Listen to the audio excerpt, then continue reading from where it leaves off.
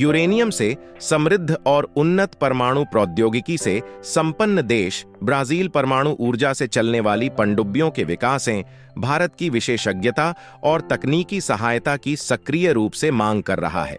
इस रणनीतिक सहयोग को ब्राजील की नौसेना के कमांडर एडमिरल मार्कोस सैम्पायो ओलेसन की हाल ही में नई दिल्ली यात्रा के दौरान उजागर किया गया।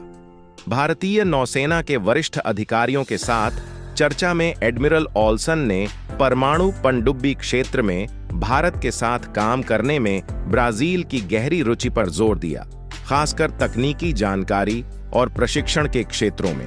उन्होंने कहा, हमारे पास पर्याप्त यूरेनियम भंडार है, हमारे पास संवर्धन तकनीक है और हम छोटे परमाणु रिएक्टरों के विकास के बहुत उन्नत चरण में हैं। इसलिए हम इस क्षेत्र में भारत के साथ काम करने के इच्छुक हैं।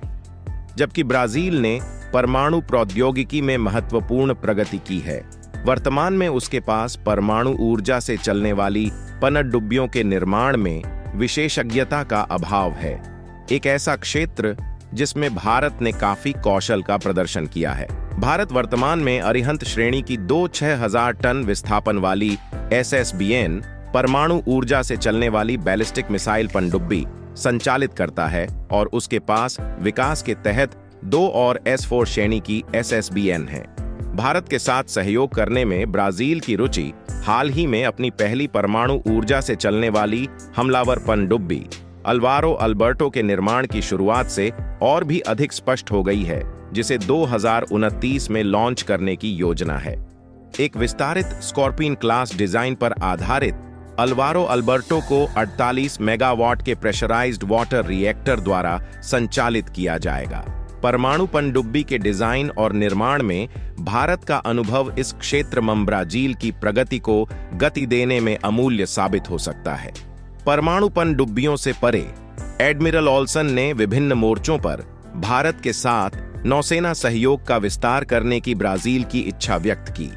उन्होंने समुद्री खुफिया जानकारी जुटाने और साझा करने, साइबर सुरक्षा, समुद्री डकैती विरोधी प्रयासों, खोज और बचाव अभियानों, अंतर्राष्ट्रीय अपराध रोकथाम, अवैध मछली पकड़ने पर नियंत्रण और मानवीय सहायता और आपदा राहत में संभावित सहयोग पर प्रकाश डाला। एडमिरल ओल्सन की यह यात्रा ब्राजील की नौसेना के लिए एक महत्वपूर्ण समय पर हुई है, क्योंकि यह फ्रांसीसी स्कॉर्पियन सहित परमाणु और पारंपरिक दोनों जहाजों के साथ अपने पनडुब्बी बेड़े को मजबूत करने की दिशा में काम कर रही है।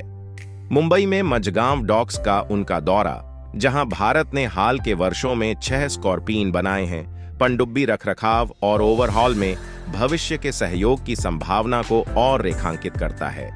ब्राजील और भारत के बीच बढ़ती नौसैनिक साझेदारी द्विपक्षीय संबंधों को मजबूत करने और क्षेत्र में तकनीकी प्रगति को बढ़ावा देने में एक महत्वपूर्ण कदम का प्रतिनिधित्व करती है।